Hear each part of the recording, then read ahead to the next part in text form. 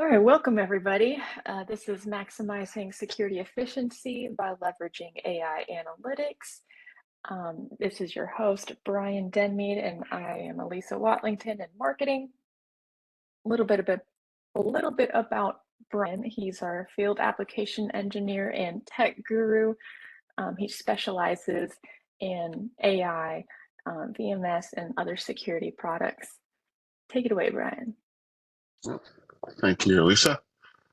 So what we're going to do today is we're going to go over how the Ganz AI box can be utilized in a general sense for retrofitting existing systems, what benefit is it bringing to those systems, and some of the things to be aware of in relation to that. So what are some of the things to consider? Well, we want to consider data collection, analysis, and monitoring. Now, these are all pieces of data that in and of itself can range in size, but collectively can be a very large amount of data hitting a network or having to be reviewed by people. And this is one of the areas where the AI come into play in helping alleviate the time it may take to go through that much data. The AI, of course, also helps us to find vulnerabilities that may be determined by some patterns that are seen in that data, which may take a human person, for argument's sake, hours to days to catch, where the AI may catch it in seconds to minutes. Okay, so what types of AI are available in the industry today? Right now, we have machine learning and we have modular or model, really. Uh, the difference being is that machine learning in general is a blank slate. The AI learns as it goes based off of the criteria that you've given it to look for within a scene. So it will learn that scene over time. The other one is going to be model-based. And model-based is essentially a machine learning AI that has already learned what it needs to know with regards to what its intended purpose is. So example would be that a trained AI will know what a person looks like, where the machine learning will have to be taught how and what to expect in terms of identifying a person. So they're just technically two different versions of AI and implemented in different areas. They have their place and they have their pros and cons. So what else is it that AI is going to bring to the table? Automated response, automated actions. Essentially, the AI will be very good at seeing or really monitoring multiple monitors, multiple channels of information coming in at one time. By comparison, a human being will tend to concentrate on one channel at a time and hopefully catch something in the additional channels through peripheral vision. You can imagine what the accuracy of that may be, depending on whether or not the person has had their coffee in that morning. So the AI is constantly watching all those channels. So the automated responses can then coincide with what the AI is determining to be a threat or not to be a threat. Something that should be escalated into a notification or should be ignored at this point in time. So false positives versus positives. Automations can be anything from uh, emails. It can interface with access controls, so it can or it can initiate a lockdown of a building if need be, based off of the criteria. It can alert security teams through various means, again, email being one of them, IP speakers, flashers when you have the lights that are spinning around, let you know, hey, there's something going on, audio messages being played over IP speakers. So there's a lot of different ways. Well, let's also add to that pop-up notifications in the monitor agent's um, field of view that either just needs a response before it can be removed, or will sit there for 30 seconds, whatever type of time you might have.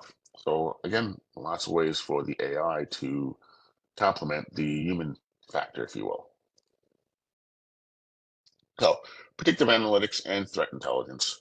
So essentially the AI, whether it is a machine learning or a modular based, is going to know or learn what is considered a threat, um, is or a positive identification. It will also see, depending on the type of analytic the AI is monitoring, predictive behavior. So a person's predicted behavior in certain circumstances.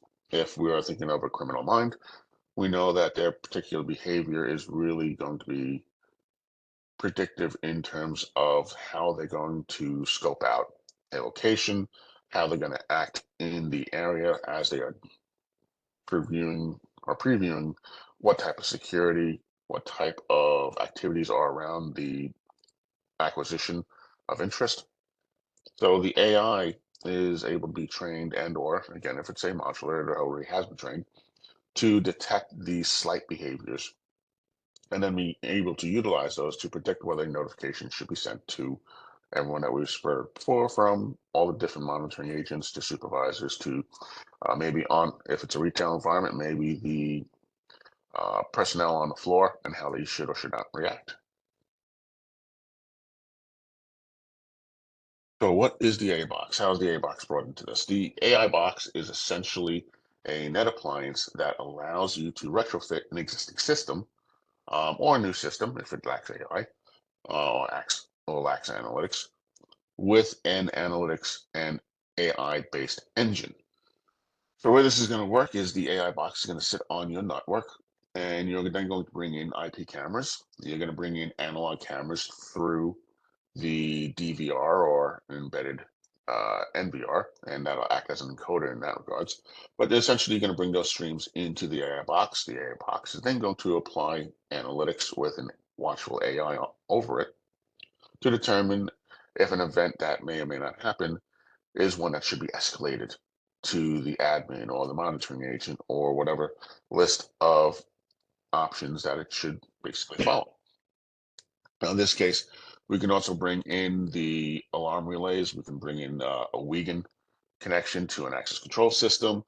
So the cameras, the devices can either be on local network or they could be on a remote location. As long as you can bring that information into the box, you're able to apply this stuff. Now, generally, you can bring either the high resolution or the low resolution into the box. The general recommendation, based on just average deployments, would be to utilize the low stream or low resolution to bring that into the box and apply analytics to it. Now, that said, there are going to be sites or deployments that require a higher resolution for forensics.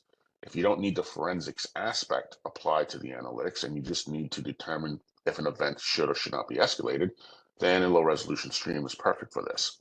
It also helps you manage bandwidth allocation. Now, some of the ways that the box can respond, we can respond with action presets.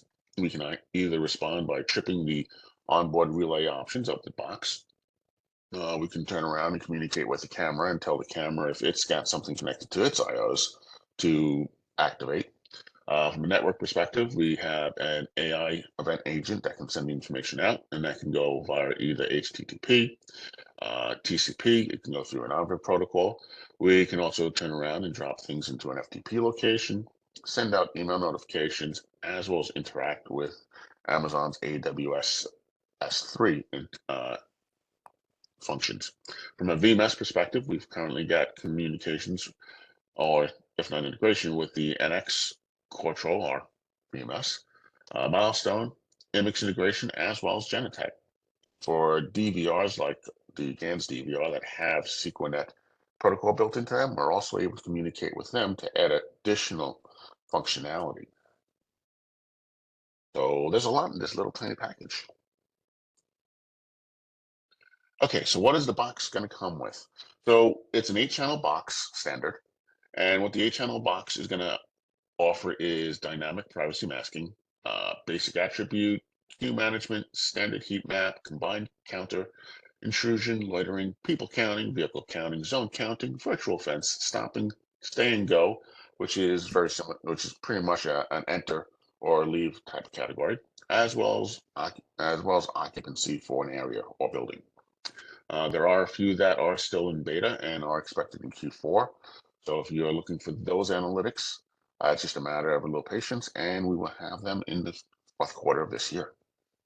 So, 8-channel, lots of analytics. It's a pretty hefty device in that regards to functionality as brought to the table.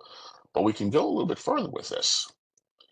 The box also has the option of a pro license. Now, the pro license is going to bring a bunch of additional analytics. I'm going to do the boring part and kind of read through them real quick, but you get the general idea. Crowd detection, advanced visitor analysis, hand and foot intrusion.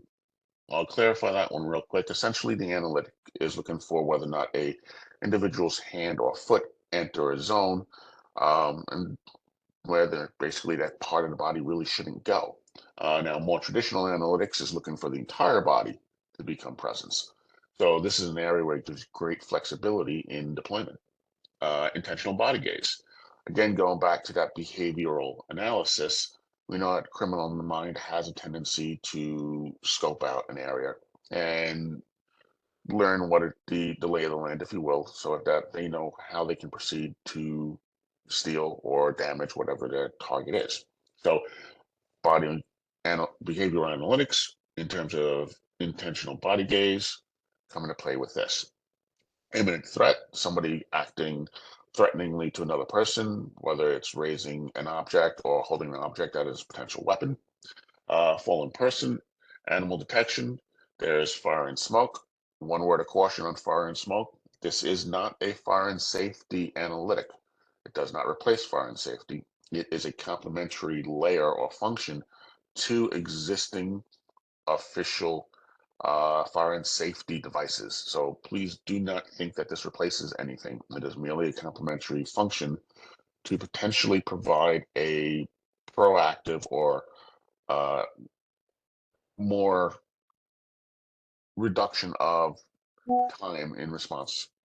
Vehicle type counting, thermal intrusion, basically detecting if a person is coming in through thermal vision. Drone view for drones that utilize RTSP video streaming. Fisheye, corridor mode, and advanced attribute, which covers time. Again, bear in mind, some are expected in Q4, some are already available. Now, this package can be added on top of the existing standard analytics so that you can utilize them across the 8 channels. Bear in mind, it's a lot of analytics. We're not saying you can utilize all the analytics at one time. We do provide an online calculator to help you configure a box so you can optimize the resources for your deployment. Now, are there any additional analytics? There is. So we can also add individual channels or bulk channels onto either the standard package or the pro package. This would give you an additional LPR license, advanced heat map functionality, uh, physical protective equipment is PPE, illegal parking, illegal dumping, violence detection, which is different than imminent threat. Violence detection is more when you have two people really just getting into an argument, potentially a fight or a brawl. PTZ auto tracking, human prolonged stay, which is basically a more advanced version of loitering, abandoned and removed object, as well as forklift driver who may or may not be wearing their safety helmet. So again, these are channels that can be added to either a standard package or a pro package. Um, Again, resources being taken into account, use the calculator and configure an optimized AI box for your deployment. And we're happy to help you with that. So one of the neat little things, or one of the areas that I'm kind of excited about with the box, is we have this ability to extend the standard 8 channel function of the box into a 16 channel function. Now, there are some give and takes on this. Yes, you do get 16 channels of alarms. You don't get 16 channels of video standard. If you're using MX, you will get video into MX for preview. So you'll get 1 frame per second, H.264, plenty of frame rate for a verification process. And that will work great with MX. We have several customers who have already deployed this, and it's working really, really well. The other thing to bear in mind is when 16 channel mode, you have a reduction in available resources. So you have a reduction in the available analytics. Now, all your standard day-to-day analytics are still supported in 16 channel mode, that being intrusion, loitering, virtual fence, stay and go, stopping detection, zone occupation, people vehicle counting. So all your standard analytics that are the atypical required analytics for general deployments are still available in 16-channel mode. So this becomes a very robust functionality that's on top of everything else that this box can do. So, kind of a summary. Cutting edge technology, or cutting edge AI technology. It's going to bring high accuracy object tracking. It's going to bring high performance pose estimation. It's going to help reduce false alarms, and it's going to do this through a multifaceted, multi-layer analysis of an event that is happening. So the objects that are in this event that are triggering the event, and escalating that to a notification based off of the AI's verification that this is indeed an event worthy of notification. So a little bit more breakdown. So the AI box is going to provide a top-down analytic detail of a scenario. So to kind of explain that, standard AI, you have a zone, you have a line, something crosses it, something enters it, and that's the extent of that standard analytics. It requires you to tell the analytics what you want that object to be interpreted as. AI from a top level or a higher level will turn around and classify what that object is and whether or not that object that has now been classified meets the criteria of escalating into a notification or not escalating into notification. It will provide detailed analysis of the detected objects. Again, this is the classification side of things, and the classification can be something very standard, such as it is a human, it is a car, or it can be a higher level classification in terms of it's a truck, it's a bus, it's a car. Through the AI and through the ability of the AI to see and recognize the objects, it provides this across multiple channels, all the available channels, not just what the monitoring agent may be focusing on at that moment. So great advantage of utilizing AI with the monitoring agent. Object detection and tracking. So things are going to bring into pose estimation, the scene understanding, active privacy masking, tamper detection, time series event data analysis. That's that advanced attribute function we were referring to before.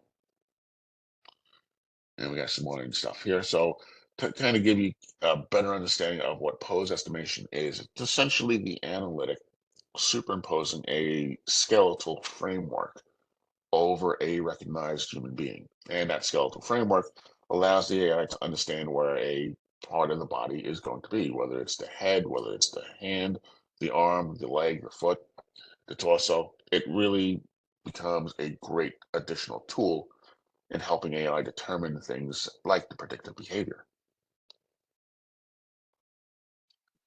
Okay, we've got a couple of examples of the analytic in play. Now, bear in mind, for the demonstration, we have the skeletal uh, overlay on the people. It's not a standard view in the analytics. It's just there for demonstration purposes. In this case, the AI does all that part under the hood, if you will. As you can see, the AI does a really good job with that skeletal overlay of determining where the legs, where the arms, where the torso, all the parts of the body are essentially going to be. And it's, as you can also see, extremely accurate in various scenarios. Okay, and you can see where pose estimation is utilized to detect threats. So in the one video, we will have a person who is raising a pipe. In the other video, we have a person who is raising, well, basically a gun, a weapon type device. And we can see how everything is quickly detected and determined. I'm going to let that go one more time. Pretty fast. Okay. So what does the interface for the AI box look like?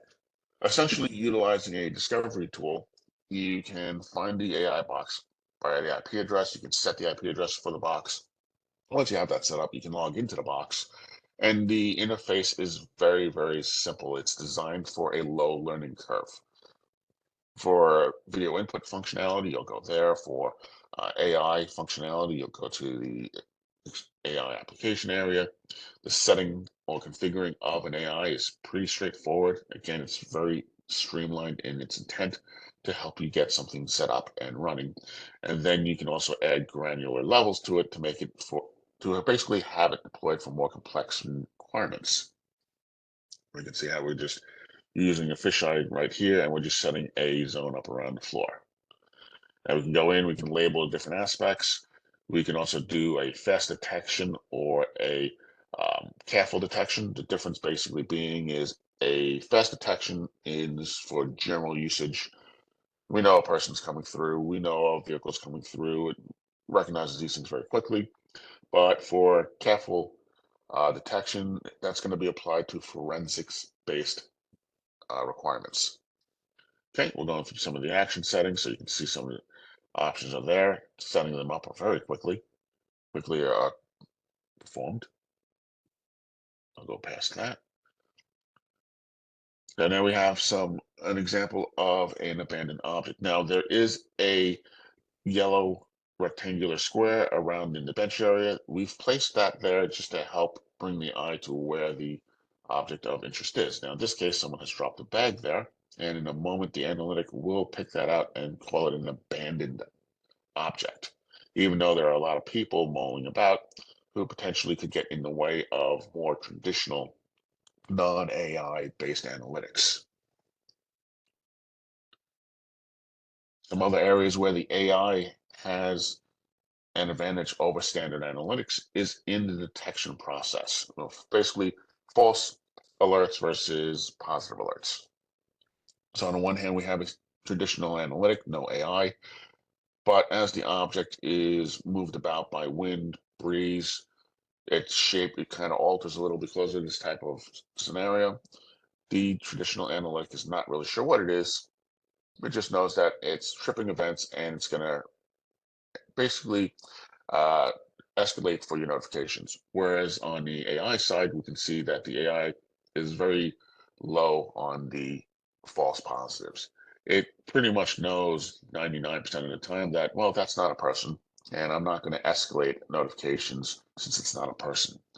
And we're talking about right now, when we ran a test, we were about 48, 47 false alerts. We say 0 false alerts. There was one, but we're talking a 99% accuracy, and that's pretty darn good in comparison to what a typical or traditional human monitored only type of scenario would bring. So what are some of the verticals that the AI box can be deployed in? You have security, you have retail, you have construction site.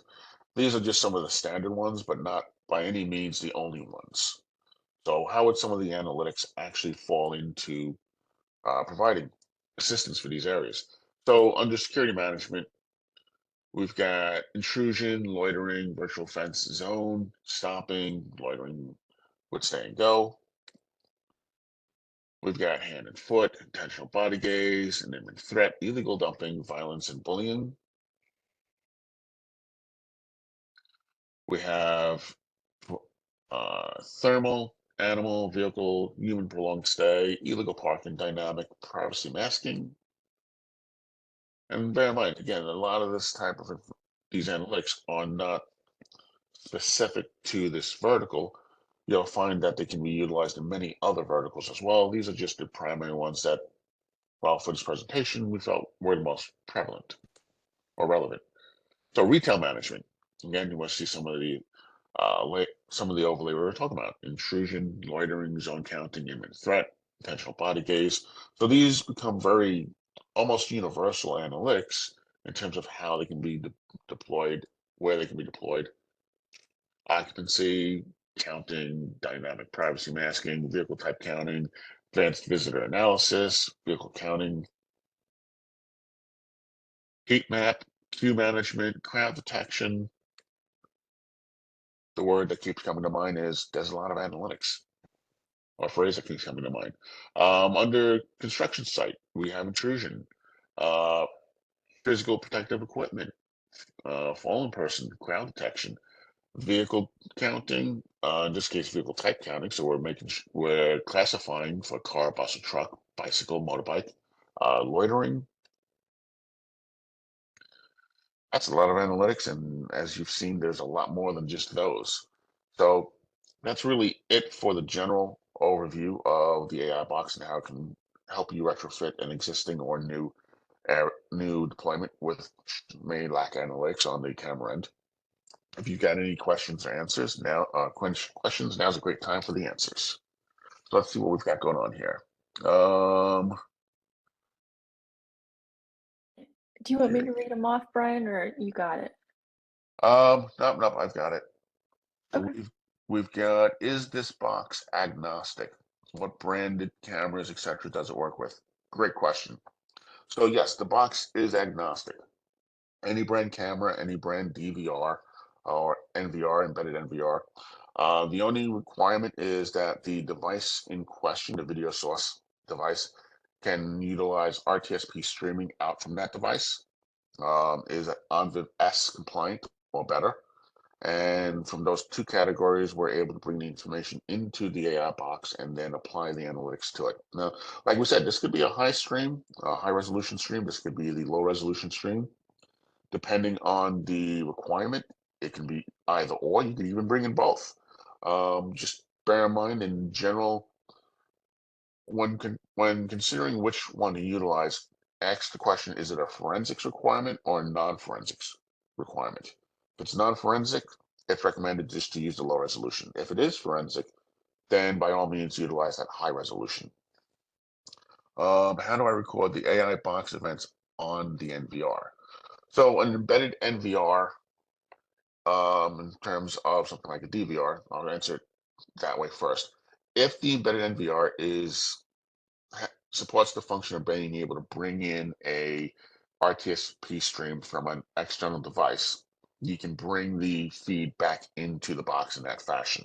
Um, Otherwise, from the analytic perspective, you would have to have communications of a different sort between the box and the NVR. And this might be relays, assuming that the NVR supports functional applied functionality to a relay. Then when the AI box determines a notification requires escalation, they can trip its relay, which will trip the input on the NVR. And then, for argument's sake, the NVR can do a bookmark. The NVR could turn around and pop the channel up on the screen. Whatever functionality that NVR has, if it's assignable, you can trip it from that point. If we're talking about an NVR that's running a VMS, it's just a matter of communications with that VMS and what functionality can handshake between the VMS and the AI box. Does this also apply to post-recorded video? Well, post-recorded video is going to be on the hard drive, recorded already. The AI box is monitoring your live video. So in general, the answer is no. I say in general because if you have a way of restreaming that recorded video, say through an RTSP video stream, for argument's sake, you can then take that RTSP stream and bring that into the AI box, essentially using that RTSP server to restream that recorded video. So from that effect, you could run the analytics, but not directly off of something that's already been recorded on the hard drive. So it's a yes or no answer depending on the circumstances. What other questions might we have? Let's see. Is there support software available? Yes. You can download the discovery tool from our website. You can also reach out to our support staff and we can always email you a link for the discovery tool. The tool essentially allows you to find the AI box when you install it onto your network. It works very much in the same way as an IP camera discovery tool does. It will allow you to program the AI box, and then from there, you're able to access the web interface on the AI box. Let's see, what other questions might we have? It looks like that might be it. What is the Wigan interface? That's another really good question. So, today's access control system use Wigan to communicate with the access locks. The AI box is able to utilize that same communications protocol to act as a confirmation box, if you will. So in other words, you can have the AI box note when a person is standing in front of a door through the zone and determining that the AI determining that it is a person and that's not an animal. And then a notification can be sent to your access control agent for them to verify the person, that that person does get entry or does not get entry, and then just hit the button to buzz them in. So it's a great way to complement an existing access control system with AI as well.